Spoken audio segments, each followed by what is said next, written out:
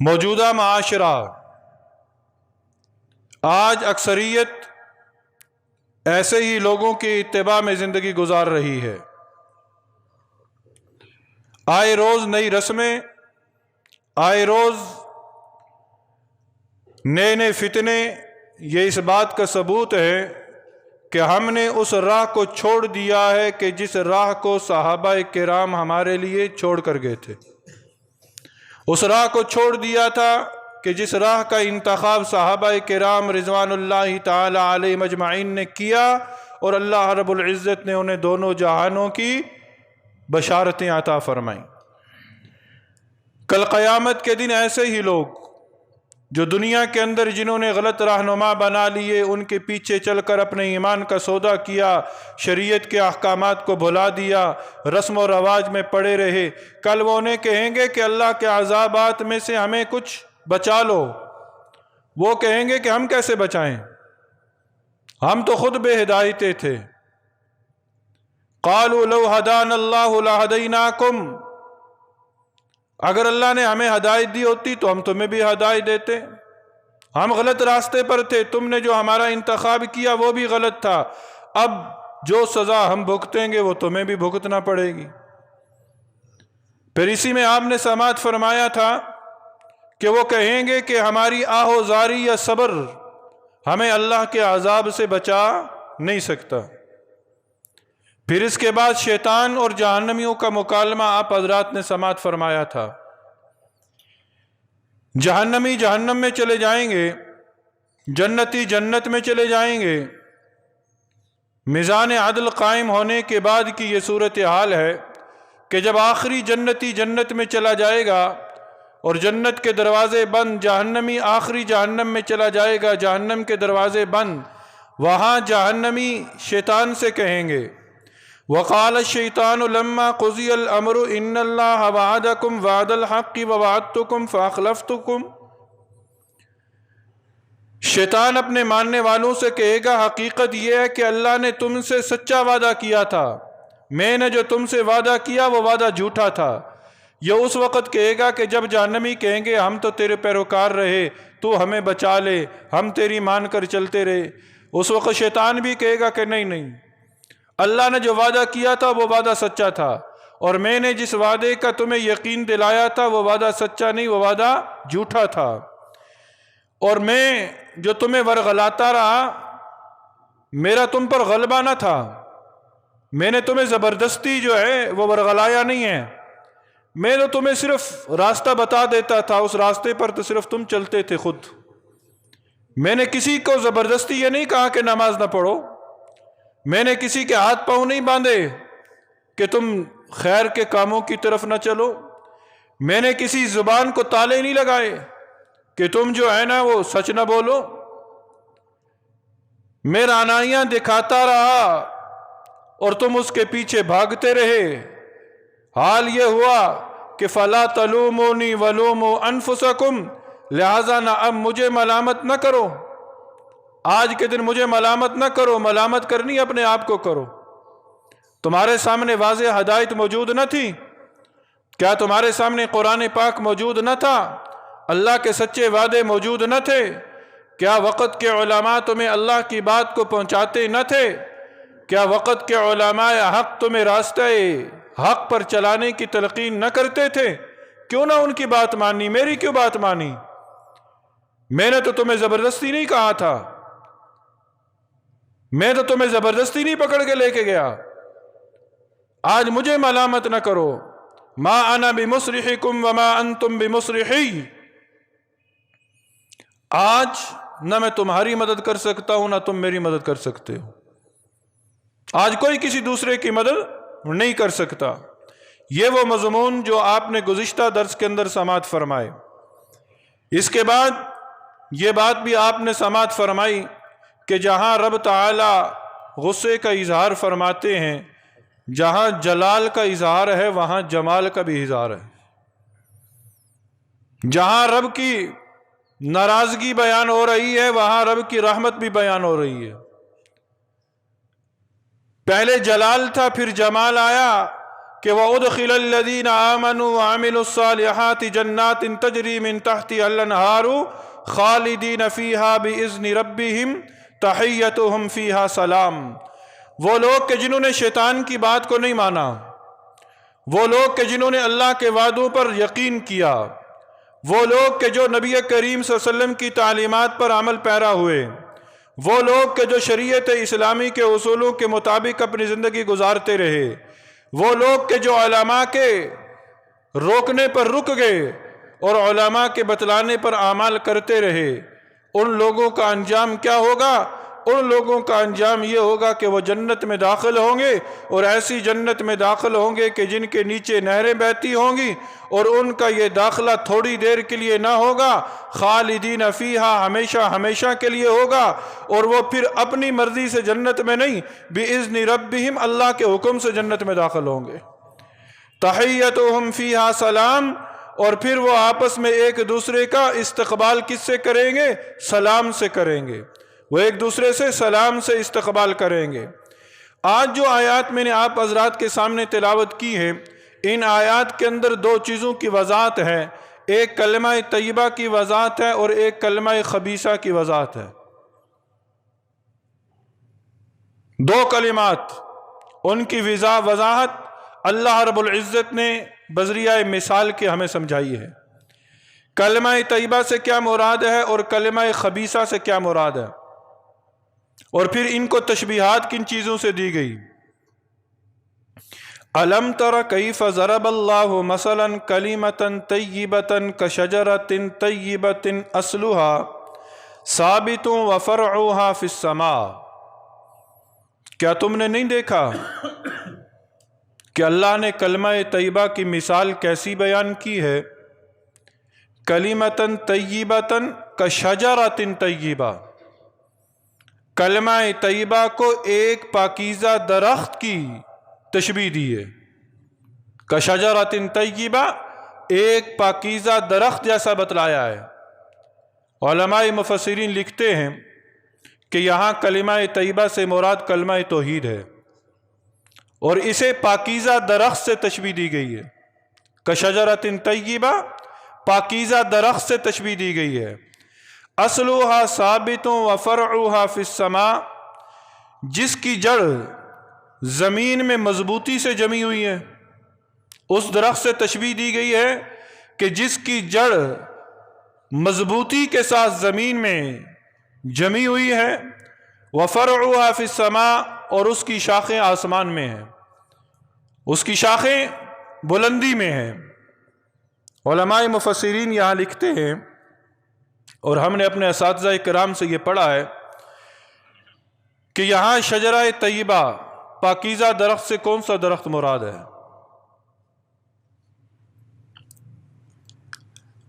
ایک مرتبہ نبی کریم صلی اللہ علیہ وسلم صحابہ کی مجلس میں تشریف فرما ہے، اور کبھی کبھار نبی کریم صلی اللہ علیہ وسلم کے سمجھانے کا انداز جو ہوتا تھا وہ سوالیہ ہوتا تھا۔ وہ صحابہ سے سوال کیا کرتے تھے، صحابہ سے سوال کیا کرتے تھے۔ نبی کریم صلی اللہ علیہ وسلم نے اس مجلس کے اندر کہ جس مجلس میں حضرت ابوبکر صدیق، حضرت عمر فاروق، کبائر صحابہ بیٹھے تھے، اور انہی اصحاب میں حضرت عبداللہ ابن عمر رضی اللہ تعالی عنہما بھی موجود تھے۔ نبی کریم صلی اللہ علیہ وسلم نے فرمایا کہ درختوں میں سے مسلم درخت کون سا ہے؟ درختوں میں سے مسلم درخت کون سا ہے؟ وہ درخت کون سا ہے کہ جسے مسلمان سے تشبیہ دی گئی ہے؟ سارے صحابہ خاموش ہیں۔ حضرت عبداللہ ابن عمر بھی وہاں موجود ہیں۔ وہ خود فرماتے ہیں کہ میں اس سوال کا جواب جانتا تھا، پر بڑوں کی موجودگی کی وجہ سے ادب کا تقاضا یہ تھا کہ میں خاموش رہا۔ نبی کریم صلی اللہ علیہ وسلم نے پوچھا، صحابہ نے کہا اللہ اور اللہ کے رسول بہتر جانتے ہیں۔ نبی کریم صلی اللہ علیہ وسلم نے فرمایا کہ درختوں میں مسلم درخت وہ کھجور ہے، وہ کھجور کا درخت ہے، وہ کھجور کا درخت ہے۔ بعد میں حضرت عبداللہ ابن عمر رضی اللہ تعالی عنہما اپنے بابا جانی یعنی حضرت عمر فاروق رضی اللہ تعالی عنہ کو کہتے ہیں، ابا جان مجھے پتا تھا کہ اس کا جواب یہ کھجور کا درخت ہے، پر میں بڑوں کی وجہ سے ادب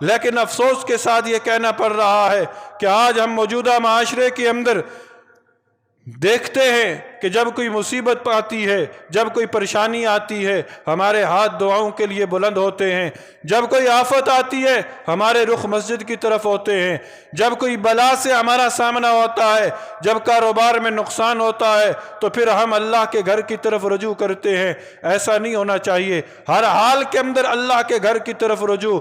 جب خوشی کے لمحات آئیں پھر بھی اللہ کے گھر کی طرف رجوع، جب غمی کی کیفیات ہوں پھر بھی اللہ کے گھر کی طرف رجوع۔ جی ہاں، خوشی کے لمحات، آئندہ آنے والی رات 2022 کی پہلی رات عیسوی سال کا آغاز ہے، عیسوی سال کا آغاز ہے۔ یہاں یہ یاد رکھ لیجئے کہ مسلمانوں کا اسلامی سال محرم الحرام سے شروع ہوتا ہے، محرم الحرام سے اسلامی سال کا آغاز ہوتا ہے۔